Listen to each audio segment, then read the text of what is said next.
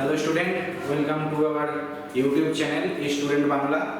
আজকে নতুন আবার একটা চ্যাপ্টার নিয়ে চলে এসেছি তোমাদের কাছে। আমি শুভজিৎ দাস, তোমাদের কেমিস্ট্রি টিচার। আজকে পড়াবো, দেখতেই পাচ্ছ, বিহেভিয়ার অফ গ্যাসেস বা গ্যাসের আচরণ। ফার্স্টেই তোমাদের একটা কোশ্চেন করছি আমি, যেটা এই টপিকের সঙ্গে খুব রিলেভেন্ট টাইপের একটা কোশ্চেন। যেটা হচ্ছে, দেখো লেখা আছে, যে পাত্রে গ্যাসকে রাখা হয় সেই পাত্রের আকারই যেন গ্যাস ধারণ করে। তুমি অনেক সময় দেখবে তোমরা যে একটা পাত্রে সলিড কোনো বা কঠিন কোনো একটা জিনিস রাখলে সেই কঠিন জিনিসটা কিন্তু পুরো পাত্রটা জুড়ে বসে থাকে না, শুধুমাত্র একটা জায়গাতেই থাকে। কিন্তু গ্যাসকে যদি তুমি আবদ্ধ করো তাহলে কিন্তু সে পুরো পাত্রের মধ্যে ছড়িয়ে যায়। এটা কেন? তুমি ভেবে দেখেছো তোমরা কেন এরকম হয়? আজকে আমি তার অ্যান্সার দিচ্ছি। একটা আকর্ষণ বল হয়, ঠিক আছে? যেই আকর্ষণ বলে কোনো জিনিসের, কোনো বস্তুর মধ্যে যে অণুগুলো থাকে, অনেক অণুর সমন্বয়ে একটা বস্তু বা বস্তু তৈরি হয়, সেই অণুগুলোর মধ্যে আকর্ষণ বল কাজ করে, ঠিক আছে? সেই জন্য কঠিনের মধ্যে যে আকর্ষণ বলটা হয় সেটা সবচেয়ে বেশি হয়। সেই জন্য যেহেতুদের মধ্যে আকর্ষণ বল সবচেয়ে বেশি, সেই জন্য পরস্পরকে নিজের দিকে আকর্ষণ করে। সেই জন্য ওরা খুব কাছাকাছি থাকে। সেই জন্য একটা কঠিন বস্তুর আকার বা আয়তন একটা নির্দিষ্ট হয়। কিন্তু গ্যাসের ক্ষেত্রে সেরকম কোনো কিছু হয় না, ঠিক আছে? কারণ গ্যাসের মধ্যে আকর্ষণ বল খুবই নগণ্য। বুঝতে পারছো তোমরা? সেরকম আকর্ষণ বল নগণ্য হওয়ার জন্য তাদের মধ্যে যে আকর্ষণটা সেটা খুব অল্প রকমের হয়। তো সেই জন্য তারা যতটা সম্ভব দূরে থাকতে, নিজের থেকে দূরে থাকতে চায়। তো সেই জন্য যে কোনো পাত্র তুমি রেখে দাও, সেই পাত্রের আকারই সে ধারণ করে। ধরো তুমি একটা ছোট্ট কাঁচের জায়গায় রাখলে সেটা সে তার আকার ধারণ করবে। একটা বদ্ধ কোনো বড় কন্টেনারে রাখলে গ্যাস সেই আয়তন নিজের আয়তনটা নিয়ে নেবে। তো এরকমভাবেই যে কোনো পাত্রে তুমি রাখো, গ্যাস সেরকমই এভাবে আচরণ করবে। এটা হচ্ছে প্রথম কথা। তোমরা লিখে নাও এই কোশ্চেনটা, যে কোনো পাত্রে গ্যাস রাখলে গ্যাস সেই পাত্রের আকারই কেন ধারণ করে। অ্যান্সারটা হচ্ছে, গ্যাসের আকর্ষণ বল নিজেদের মধ্যে খুব নগণ্য হয়, সেই জন্য যে কোনো পাত্রে রাখলে গ্যাস তার নিজের আকার বা আয়তন ধারণ করে। প্রথম হচ্ছে এটার অ্যান্সার হলো। তারপরে দেখো যে কোশ্চেনটা লিখে নাও হচ্ছে, আয়তনের একক কি, মানে গ্যাসের আয়তনের একক কি এসআই ও সিজিএস এর ভিত্তিতে। তোমরা আগে বলো যে এর অ্যান্সার কি হবে, তাহলে আমি অ্যান্সারটা দিচ্ছি। হ্যাঁ, তো প্রথমে দেখো খুব সিম্পলিফাই করে দিচ্ছি। গ্যাসের আয়তনের একক এসআই, দুটো একক হয়, একটা এসআই আর একটা সিজিএস। এসআই এর একক হচ্ছে আয়তনের মিটার কিউব।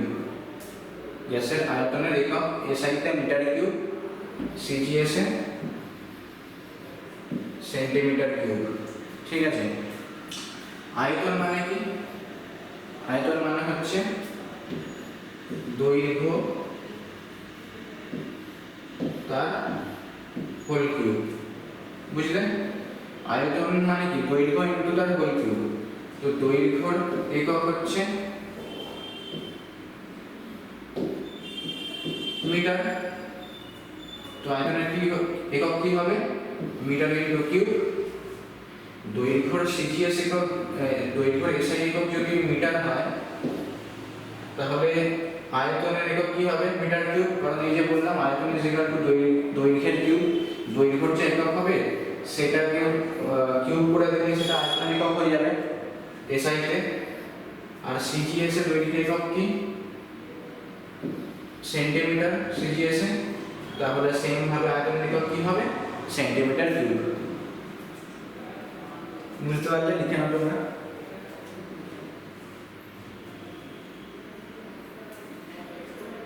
নেক্সট যে কোশ্চেনটা আছে সেটা খুব ইম্পর্টেন্ট, গ্যাসের চাপের সংজ্ঞা। তোমরা এই চাপ সংক্রান্ত যে টার্মটা আছে, এটার ইকুয়েশন হচ্ছে পি, প্রেসার আমরা যাকে বলে, যার বাংলা হচ্ছে চাপ, P is equal to F by A. এই ফর্মুলাটা খুব ইম্পর্টেন্ট, আমাদের কাজে লাগবে পরবর্তীকালে যখন আমরা ম্যাথ দেখবো এই গ্যাসের রিলেটেড। তো আমরা এই ফর্মুলাটা দিয়ে অনেক অঙ্ক করবো। পি মানে হচ্ছে তোমার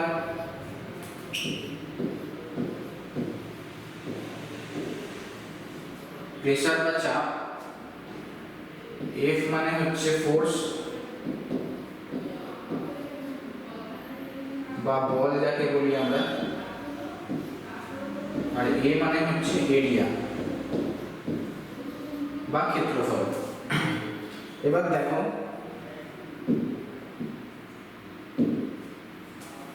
কি বললাম,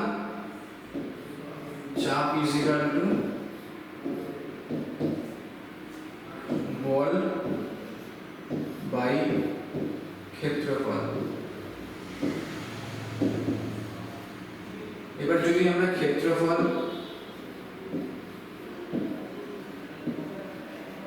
একক ধরি, মানে 1 মিটার স্কোয়ার ধরি, এই সাইডে করছি আমি, তাহলে কি হবে, চাপ ইজ ইকুয়াল টু বল বাই 1 মিটার স্কোয়ার, তার মানে চাপের যা মান হবে সেটা প্রদত্ত বলের সমান। বুঝলে? তাহলে আমরা কি বলতে পারি, তাহলে বলতে পারি যে নির্দিষ্ট উষ্ণতায় কোনো আবদ্ধ পাত্রে গ্যাস একক ক্ষেত্রফল বিশিষ্ট তলের উপর লম্বভাবে যে বল প্রয়োগ করে তাকেই ওই গ্যাসের চাপ বলে। একটা কথা কিন্তু মিস করবে না, যে কথাগুলো বা যে টার্মগুলো আমি ইউজ করলাম আবার বলছি শোনো। গ্যাসের চাপ কাকে বলে? গ্যাসের চাপ হচ্ছে নির্দিষ্ট উষ্ণতা। এটা কিন্তু খুব ইম্পর্টেন্ট, এই লাইনটা তুমি মিস করবে না। নির্দিষ্ট উষ্ণতায় কথাটা লিখতেই হবে তোমাদের। নির্দিষ্ট উষ্ণতায় কোনো আবদ্ধ পাত্রে, গ্যাসকে আবদ্ধ পাত্রে রাখতে হবে, তো কোনো আবদ্ধ পাত্রে একক ক্ষেত্রফল যুক্ত তলের উপর লম্বভাবে কথাটা লিখতে হবে। যে সবগুলো ইম্পর্টেন্ট আমি খুব বলে দিচ্ছি, নির্দিষ্ট উষ্ণতার কথা লিখতে হবে আর লম্বভাবে এই কথা লিখতে হবে। তাহলে আবার বলছি শোনো, নির্দিষ্ট উষ্ণতায় কোনো আবদ্ধ পাত্রে গ্যাস একক ক্ষেত্রফল বিশিষ্ট তলের উপর লম্বভাবে যে বল প্রয়োগ করে তাকেই গ্যাসের চাপ বলে। লিখে নাও।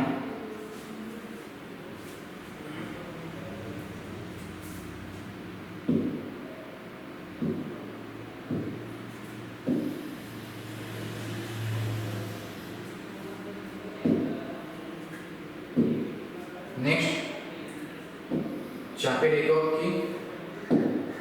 তো কি বললাম, P is equal to F by A। F এর বা ফোর্সের একক হচ্ছে নিউটন, এরিয়ার একক মিটার স্কোয়ার। তাহলে P বা প্রেসারের বা চাপের একক কি হবে, নিউটন পার মিটার স্কোয়ার। এটা হচ্ছে SI newton per metre square, এটা হচ্ছে SI এককে মান। CGS এ কি হবে তাহলে, ডাইন পার সেন্টিমিটার স্কোয়ার। তাহলে কি বুঝলে, ডাইনটা কিসের ইউনিট? ডাইনটা হচ্ছে ফোর্স বা বলের একক হচ্ছে ডাইন, আর এরিয়ার ইউনিট তো বলে দিলাম সেন্টিমিটার স্কোয়ার।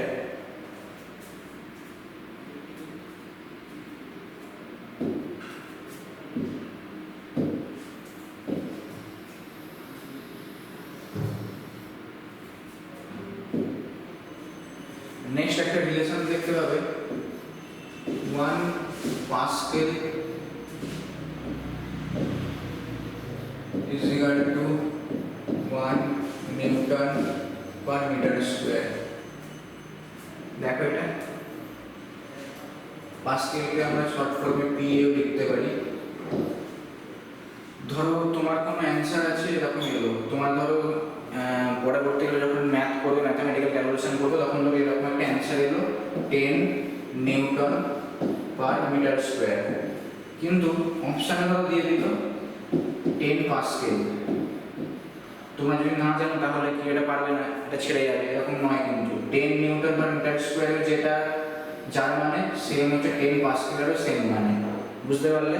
মানে নিউটন পার মিটার স্কোয়ারের জায়গায় আমরা পাস্কেল লিখতে পারি। এরকম অনেক সময় ঘুরিয়ে ফিরিয়ে কোশ্চেন আসতে পারে, যে হয়তো তোমাকে দিয়ে দিল নিউটন আর মিটার দিয়ে একটা অঙ্ক দিয়ে বললো যে তাহলে পাস্কেল ক্যালকুলেট করো, তাহলে কিন্তু যে অ্যান্সারটা হবে সেই ইউনিটটা সেম রেখে শুধু এই নিউটন আর মিটার স্কোয়ারটাকে পাস্কেলে কনভার্ট করলে তোমার অ্যান্সার চলে আসবে। লিখে নাও।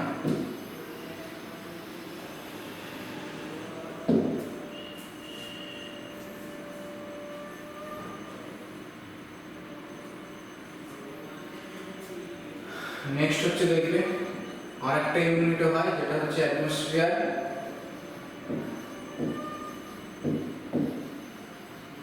বা প্রমাণ চাপ বাংলায় যাকে বলে।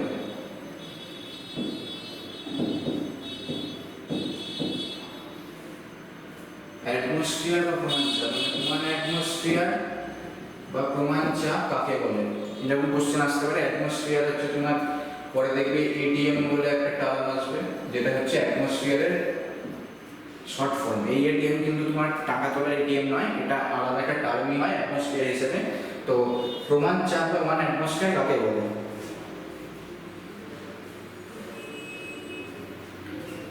হ্যাঁ লিখে নাও। আবার বলছি, আবার কিন্তু এই চাপের ক্ষেত্রে কয়েকটা যেগুলো স্থির কোয়ান্টিটি সেগুলো কিন্তু খুব ভালো করে ইম্পর্টেন্ট দিয়ে লিখবে, ওটা যদি মিস করে যাও তাহলে তোমার নাম্বারও কিন্তু কাটা যেতে পারে।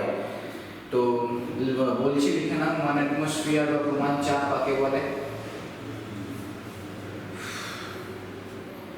হ্যাঁ দেখো, 0 ডিগ্রি সেন্টিগ্রেড উষ্ণতায় 45 ডিগ্রি অক্ষাংশে গড় সমুদ্র পৃষ্ঠে 76 সেন্টিমিটার উঁচু পারস্তম্ভের চাপকেই প্রমাণ চাপ হিসেবে আমরা গণনা করে থাকি। বুঝতে পারলে তাহলে কি কি হলো, তোমার কি পয়েন্টগুলো যখন লিখে দিচ্ছি, ফার্স্ট হবে স্থির উষ্ণতা,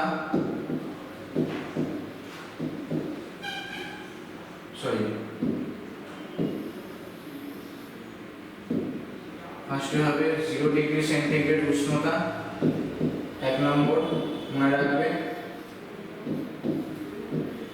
সেকেন্ড হচ্ছে 45 ডিগ্রি অক্ষাংশ,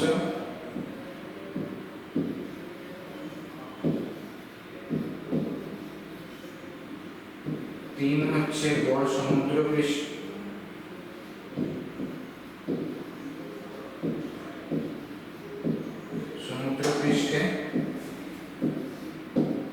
4 নম্বর হচ্ছে 76 সেন্টিমিটার পারস্তম্ভ।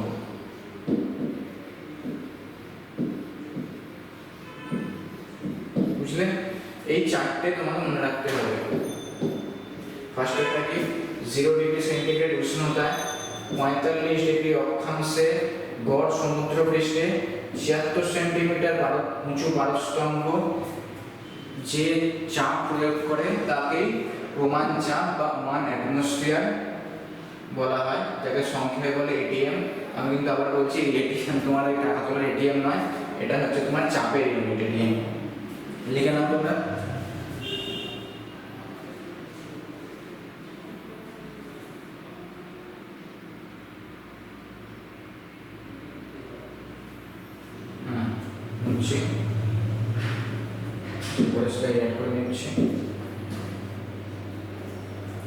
তাহলে কি হলো, 1 ATM is equal to H rho G। এটাও একটা প্রেসারের ফর্মুলা, ঠিক আছে? এটা করে নিই।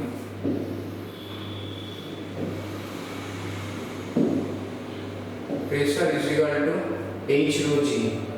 H এখানে হচ্ছে এটা ফর্মুলা, ঠিক আছে? H মানে হচ্ছে হাইট বা উচ্চতা যাকে বলে, রো হচ্ছে তোমার ডেনসিটি, আর জি মানে হচ্ছে গ্র্যাভিটি। বুঝতে পারলে? ঠিক আছে, হাইট তো বুঝতেই পারছো, উচ্চতাকে বলে ডেনসিটি, আর জি হচ্ছে গ্র্যাভিটি। আমি ওগুলো মুছে দিচ্ছি, তাহলে সবগুলো বুঝে গেছে।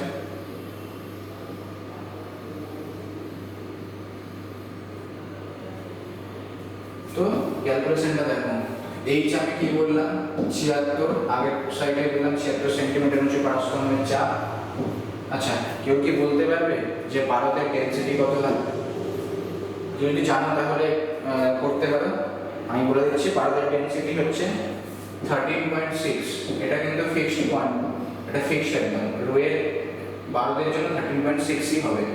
আর গ্র্যাভিটি তো তোমরা জানো, গ্র্যাভিটির তোমার গ্র্যাভিটির এককটা মানে গ্র্যাভিটি কত হয়,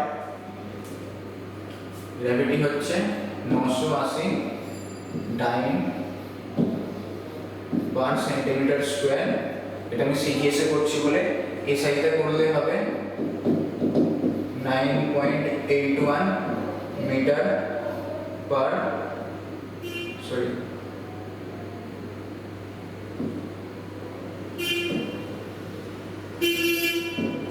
এসআইতে করলে 9.81 নিউটন পার মিটার স্কয়ার। ঠিক আছে, আমরা সিজিএস এ করছি বলে এরকম হবে।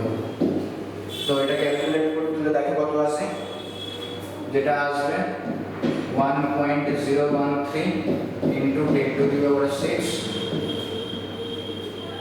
into 10 to the power 6 dyne per centimetre square. এটা ক্যালকুলেট করে দেখতে পারো, এটাই আসবে 1.013 10 to the power 6 dyne per centimetre square.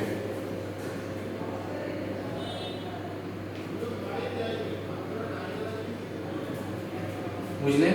আর একটা ফর্মুলা আছে যেগুলো আমি যেরকম দাম দিয়েছি সেগুলো ঢুকে নেবে, এগুলো কাজে আসবে। আর একটা হয় 1 বার, ঠিক আছে? 1 বার কি 10 to the power 6 dyne per centimetre square. এটাও একটা কনভার্সন, বুঝলে? তাহলে এখান থেকে দেখো আগের স্লাইডে কি হলো, তাহলে pressure is equal to 1.013 into 10 to the power 6 dyne per centimetre square বললাম। দেখো এখান থেকে এই যে p is equal to 1.013 10 to the power 6 dyne per centimetre square. আমরা একবার মানে কি বললাম 10 to the power 6 dyne per centimetre square, মানে তাহলে আমরা কি বলতে পারি p is equal to, তাহলে আমরা কি বলতে পারি p is equal to 1.013 বার। বুঝতে পারলে? তখন এটাও একটা ফর্মুলা চলে গেল। সব ফর্মুলা লিখে নেবে, পরে যখন আমি ম্যাথ ক্লাস করাবো, এই রিলেটেড ম্যাথগুলো করাবো, তখন আমি আর বোঝাবো না, জাস্ট নর্মাল ডিরেক্ট টেনে দেবো যাতে তোমরা বুঝতে সুবিধা হয়। সেজন্য আমি এখন পুরোপুরি ডিটেলে বলে দিচ্ছি তোমাদের।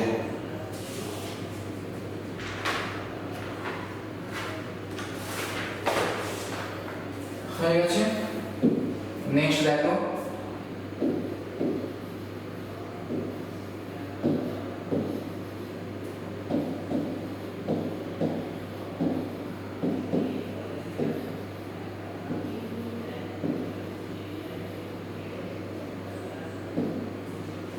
এতদিনে বুঝতেই পেরে গেছো যে সব কিছুরই তোমার লয়ের উপর ডিপেন্ড করে, মানে কয়েকজন বিজ্ঞানী এক্সপেরিমেন্ট করে কয়েকটা ল দেয়, তো সেই লয়ের উপর ভিত্তি করেই আমাদের ফিজিক্স কেমিস্ট্রি সব কিছু দাঁড়িয়ে আছে। তো এটা এই চ্যাপ্টারটা কোনো ব্যতিক্রম নয়, এরও দুটো ল আছে। তার মধ্যে সবচেয়ে একটা ল হচ্ছে বয়েলস ল, আর একটা হচ্ছে চার্লস ল। নাম দেখে বুঝতে পারছো যে বিজ্ঞানী বয়েল এই লটা দিয়েছিলেন বলে বয়েলস ল, আর বিজ্ঞানী চার্লস ল দিয়েছিলেন বলে চার্লস ল। তো স্বাভাবিকভাবে কোশ্চেন আসতে পারে যে বয়েলস ল এর সংজ্ঞা কি, বুঝতে পারছো? স্বাভাবিক কোশ্চেন আসতে পারে বয়েলস ল এর সংজ্ঞা কি, লেখো তাহলে। আমি আগে থেকে বলে যাচ্ছি কি পয়েন্টগুলো এখানে সবসময় উল্লেখ করবে। এখানে হচ্ছে টি স্থির থাকবে,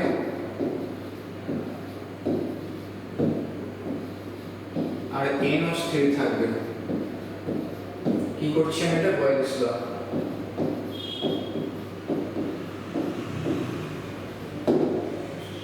লেখো তাহলে, অপরিবর্তিত উষ্ণতায় নির্দিষ্ট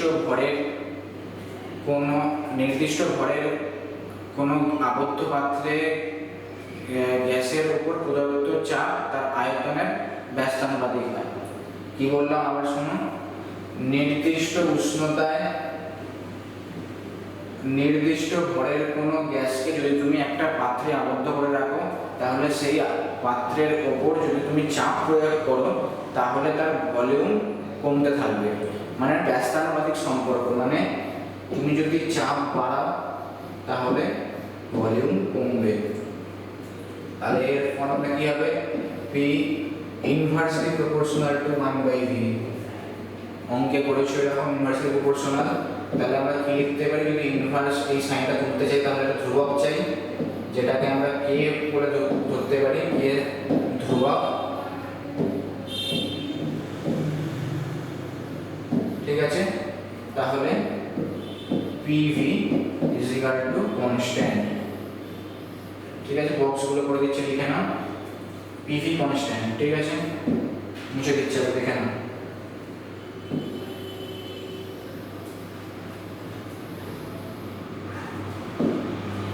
তাহলে PV কনস্ট্যান্ট হলো। এবার ধরো দুটো পাত্রে, আলাদা আলাদা দুটো পাত্রে তুমি গ্যাসকে আবদ্ধ করেছো। একটা পাত্রের আয়তন V1, মানে গ্যাসের আয়তন V1, আর একটা হচ্ছে গ্যাসের আয়তন V2। একটা হচ্ছে V1, একটা হচ্ছে V2। তুমি এই আবদ্ধ পাত্রে P1 গ্যাস প্রয়োগ করলে আর এই আবদ্ধ পাত্রে P2 পরিমাণ গ্যাস প্রয়োগ করলে আমি কি জানি? PV ধ্রুবক। তার মানে P1 V1 is equal to P2 V2 হবে। আমরা একটা অঙ্ক দিয়ে বুঝিয়ে দিচ্ছি, খুব সহজ। ধরো এখানে 4, V1 is equal to 4, তুমি এখানে 5 ইউনিট প্রেসার ক্রিয়েট করছো। সেম এদিকে ধরো 2 তোমার ভলিউম, তুমি প্রেসার ক্রিয়েট করছো, তাহলে 10। এখানে আগে 4 ছিল, এর আয়তন হাফ হয়েছে, এর তাহলে প্রেসার যদি 5 থাকে, আয়তন প্রেসারটা এখানে ডবল হয়ে যাবে কিন্তু। তাহলে দেখো 5 × 4, মানে 5 × 4 মানে কি বললাম? P1 × V1 কত হলো? 20। V2 কত? 10। V2 কত? 20। তাহলে এটা অঙ্কটা এরকম ভাবে হবে কিন্তু, বুঝলে? মানে P1 V1 is equal to P2 V2, এটা তোমাকে ক্যালকুলেট করতে হবে।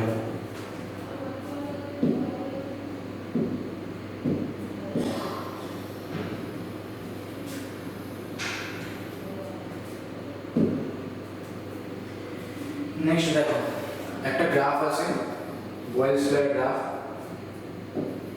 এদিকে P থাকে, এদিকে V থাকে। গ্রাফটা হয় হচ্ছে প্যারাবোলা। মানে তুমি একটা জিনিস লক্ষ্য করো, তোমার যখন প্রেসার এখানে, তখন ভলিউম হচ্ছে সবচেয়ে বেশি, বুঝতে পারলে? মানে ধরো এটা যদি 1 হয়, এটা তাহলে হবে 10। ঠিক আছে, 10টা ভাগ করলাম। কিন্তু প্রেসার যখন সবচেয়ে বেশি 10, তখন তার করেসপন্ডিং তোমার প্রেসার হচ্ছে 1। বুঝতে পারলে? যখন প্রেসার 1 তখন ভলিউম 10, কিন্তু তুমি যখন প্রেসারটা বাড়িয়ে দিলে 10-এ, তখন কিন্তু ভলিউম চলে এলো 1-এ। তুমি একটা জিনিস ভাবো না, তুমি একটা প্লাস্টিকের মধ্যে জল ভরলে, ঠিক আছে, এটা নর্মাল ছেড়ে দিলে, তাহলে কি যে পরিমাণ স্থানটা গ্রহণ করবে, তুমি দুদিক থেকে চাপছো, তাহলে কি হবে? প্রেসার ক্রিয়েট করছো, তাহলে কি হবে? ভলিউমও কমছে, মানে চাপ বাড়ালে ভলিউম কমছে। এটা হচ্ছে সেম হচ্ছে, তিনি বয়েলস ল এটা প্রমাণ করেন শুধু। এটা P versus V graph.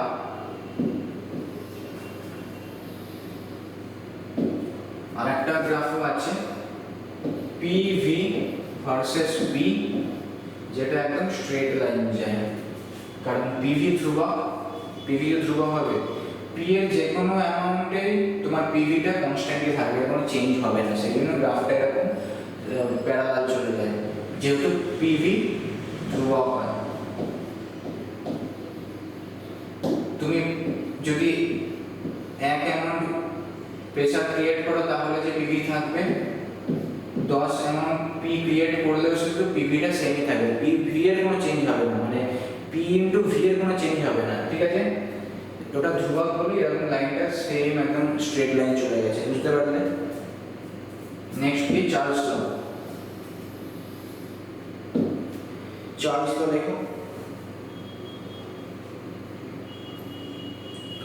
Charge আগেরটাই কি ছিল, আগেরটায় উষ্ণতা স্থির ছিল, ঠিক আছে, তার জন্য চাপ বাড়িয়েছিলে, আয়তন কমেছিল। এখানে কি, এখানে হচ্ছে চাপ কনস্ট্যান্ট, মানে পি হচ্ছে স্থির, ঠিক আছে। ফর্মুলাটা লটা হচ্ছে অপরিবর্তিত চাপে নির্দিষ্ট ভরের কোনো গ্যাসের উষ্ণতা প্রতি ডিগ্রি সেন্টিগ্রেড বৃদ্ধি বা হ্রাসের জন্য তার আয়তনের 1/273 অংশ যথাক্রমে বৃদ্ধি বা হ্রাস পায়। মানে পি যখন স্থির হবে, তুমি যদি টেম্পারেচার বাড়াও তার সাথে সাথে ভলিউমও কিন্তু বাড়বে। টেম্পারেচার প্রথমে ছিল দেখো, ধরো 0 ডিগ্রি সেন্টিগ্রেড, তার আয়তন হচ্ছে V0, মানে ধরো V0 দিয়ে ডিনোট করলাম, মানে 0 ডিগ্রি সেন্টিগ্রেড উষ্ণতা, ভলিউম হচ্ছে V0। আমি এটা বাড়ালাম T ডিগ্রি সেন্টিগ্রেডে, তাহলে কি হবে, V0 plus T/273 into V0। বুঝলেন কি বলেছিলাম আমি? প্রতি ডিগ্রি সেন্টিগ্রেড উষ্ণতা বৃদ্ধি বা হ্রাসের জন্য আগে যে আয়তন ছিল তার 1/273 অংশ যথাক্রমে বৃদ্ধি বা হ্রাস পায়। তাহলে দেখো 0 ডিগ্রি সেন্টিগ্রেড ছিল, এর আয়তন ছিল V0, তুমি যখন T ডিগ্রি সেন্টিগ্রেড বাড়ালে তখন কি হয়ে গেল, V0 তো থাকবেই, সেটা আগে থেকেই ছিল। নেক্সট যেটা অ্যাড হবে সেটা হলো T/273, কারণ 1/273 অংশ যেটা বলেছিলাম, ইন্টু V0। আমি যদি V0 টা কমন নিয়ে নিই তাহলে 1/T/273, ঠিক আছে, বুঝতে পারলে? এটা যেহেতু আমি T ডিগ্রি সেন্টিগ্রেড বাড়িয়েছি বলে, যদি আমরা T ডিগ্রি সেন্টিগ্রেড কমাতাম তাহলে কি হতো, V0 1 minus 2/T/273। বুঝতে পারলে? এবারে ধরো একটা জিনিস তোমাদের জিজ্ঞেস করছি,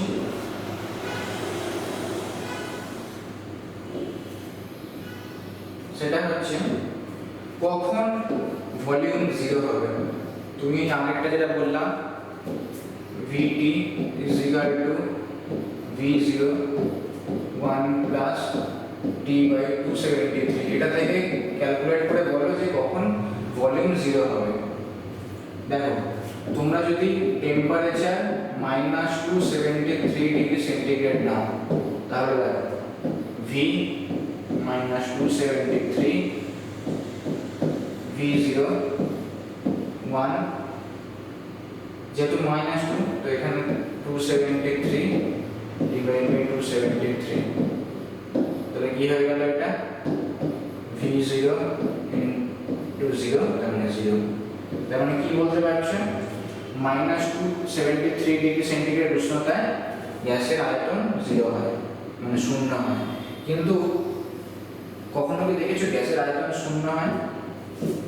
কখনো কি তোমরা দেখেছো গ্যাসের আয়তন 0 হয়? সেটা পসিবল নয়, কারণ 0 ডিগ্রি সেন্টিগ্রেড উষ্ণতাতেই গ্যাস জমে বরফ হয়ে যায়, সেটাই স্বাভাবিক। গ্যাস থেকে তরল হবে, তবে তরল থেকে তোমার সলিড হয়ে যাবে। 0 ডিগ্রি সেন্টিগ্রেড উষ্ণতাতেই সলিড জল সলিড হয়ে যায়, তাহলে -273 ডিগ্রি সেন্টিগ্রেডে পৌঁছানো অসম্ভব ব্যাপার।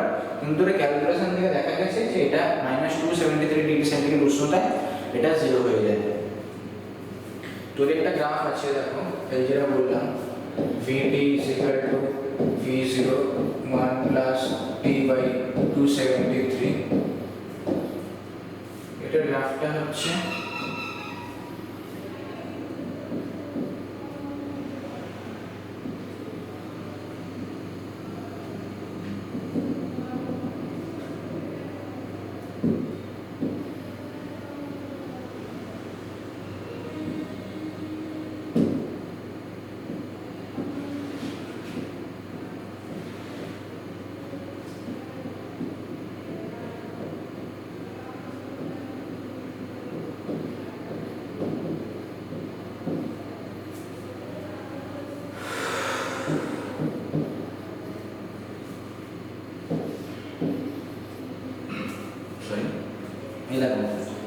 এইখানে দুটো গ্যাসের আমি লাইন টেনেছি, ঠিক আছে, যেখানে টেম্পারেচার বাড়লে ভলিউম বাড়ছে, দেখে বুঝতে পারি টেম্পারেচার দিকে বাড়ছে, সেখানে ভলিউম এদিকে বাড়ছে।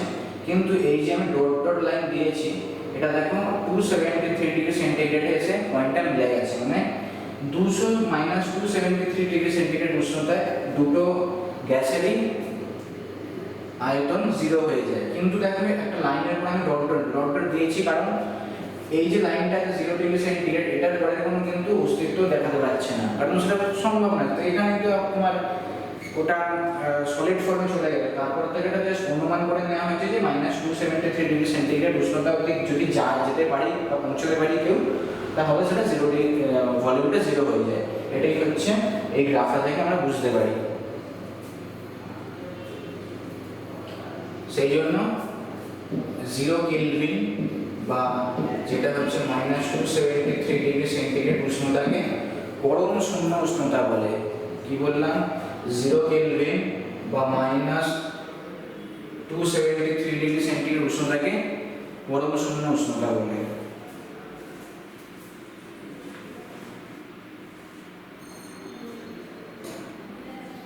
তাহলে পরম শূন্য উষ্ণতা কাকে বলে লিখে নাও। চার্লসের সূত্র কি বলছে? চার্লসের সূত্র বলছে যে অপরিবর্তিত উষ্ণতায় নির্দিষ্ট ভরে গ্যাসের আয়তন, দেখো এটা,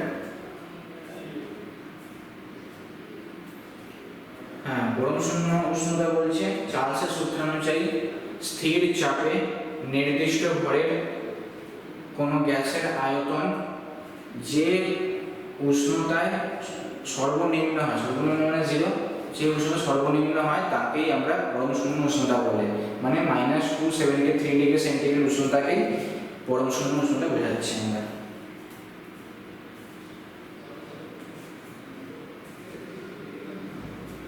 তাহলে এখানে দেখো 0 কেলভিন মানে যদি -273 ডিগ্রি সেন্টিগ্রেড হয়, তাহলে আমরা লিখতেই পারি 0 ডিগ্রি সেন্টিগ্রেড = 273 কেলভিন।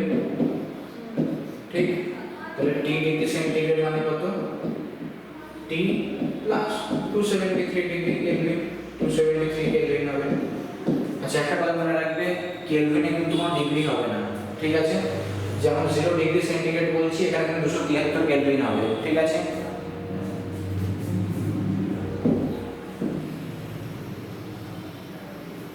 আজকের ক্লাসটা একটু বড় হয়ে গেল, তো আরেকটা জাস্ট লাস্ট একটা পার্ট আমি করে আজকের ক্লাসটা শেষ করে দিচ্ছি। আর একটা জিনিস, তোমরা কিন্তু রেগুলার ফলো করবে, আমাদের 5টার সময়, রোজ 5টার সময় ভিডিও আছে, শুধু শনিবার বাদ দিয়ে। আর প্লিজ নিচে থাকা ওই বেল আইকনটা যেটা আছে আমাদের স্টুডেন্টের, ওটা ক্লিক করে দেবে, তাহলে আমরা যদি যখনই আমরা নতুন কোনো ভিডিও দেবো, তাহলে তোমাদের নোটিফিকেশান থাকলে তোমাদের কাছে মেসেজ চলে আসবে, ঠিক আছে? আর কখনো মিস করবে না, ক্লাস কখনো মিস করবে না, যাই হয়ে যাক। তোমরা এখন যেহেতু খুব করোনা পরিস্থিতির জন্য বাড়িতেই আছে, কখনো মিস করবে না, ক্লাসগুলো দেখতে থাকবে, তোমাদেরই উপকার হবে, তোমাদের ফিউচারের জন্য খুব ভালোভাবে আমরা করাচ্ছি। তো লাস্ট যেটা করছি, বয়েলস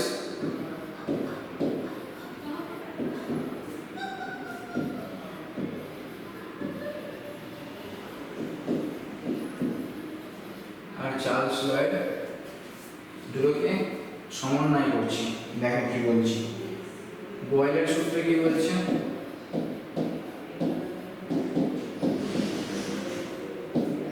P inversely proportional to V। Charles law কি বলছে?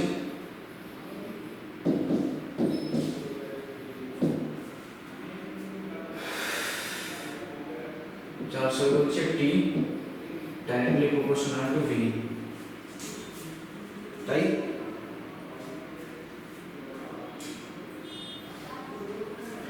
তাহলে এখান থেকে কি দেখছি আমরা? বয়েলস ল থেকে আমরা একটু সাজিয়ে নিই, তাহলে হচ্ছে V directly proportional to P, আর চার্লস ল থেকে V directly proportional to T। তাহলে দুটোকে যদি মার্চ করি আমরা, তাহলে কি হবে? V directly proportional to T by P। আমরা যদি এই প্রপোর্শনালটি উঠিয়ে দিতে চাই, তাহলে ধ্রুবক আসবে, আমরা K দিয়ে ডিভাইড করি, K into T by P। এইটুকু বুঝতে পারলে V যেখানে directly proportional T by P, আমরা যেহেতু এই সাইনটাকে উঠাতে যাচ্ছি, তাহলে একটা কি করতে হবে, একটা কনস্ট্যান্ট আসবে, এটাই তোমরা ম্যাথসে শিখেছো কে আনতে হবে একটা কনস্ট্যান্ট, তাহলে কি PV by T is equal to constant, এটাও একটা ফর্মুলা কিন্তু দেখতে পাচ্ছ তোমরা সবাই। হ্যাঁ, তো পিভি বাই টি কনস্ট্যান্ট এটাও একটা ফর্মুলা, এখান থেকেও কোশ্চেন আসে। তাহলে যদি আমি এদিকে লিখছি, দেখতে পাচ্ছি না, যদি পিভি বাই টি কনস্ট্যান্ট হয় তাহলে আমরা কি লিখতে পারি, p1 v1 বাই t1। আচ্ছা মুছে দিচ্ছি আমি পুরোটা।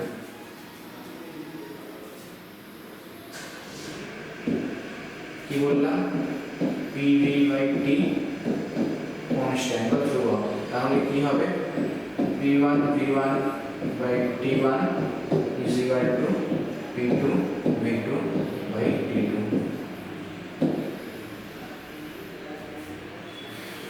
এই গ্যাসের চ্যাপ্টারে অনেকগুলো তোমার সূত্র বা এরকম ইকুয়েশন ফর্ম পাবে, যেগুলোতে পরবর্তীকালে তোমার ম্যাথ করতে সুবিধা হবে, তো এগুলো সব লিখে নেবে।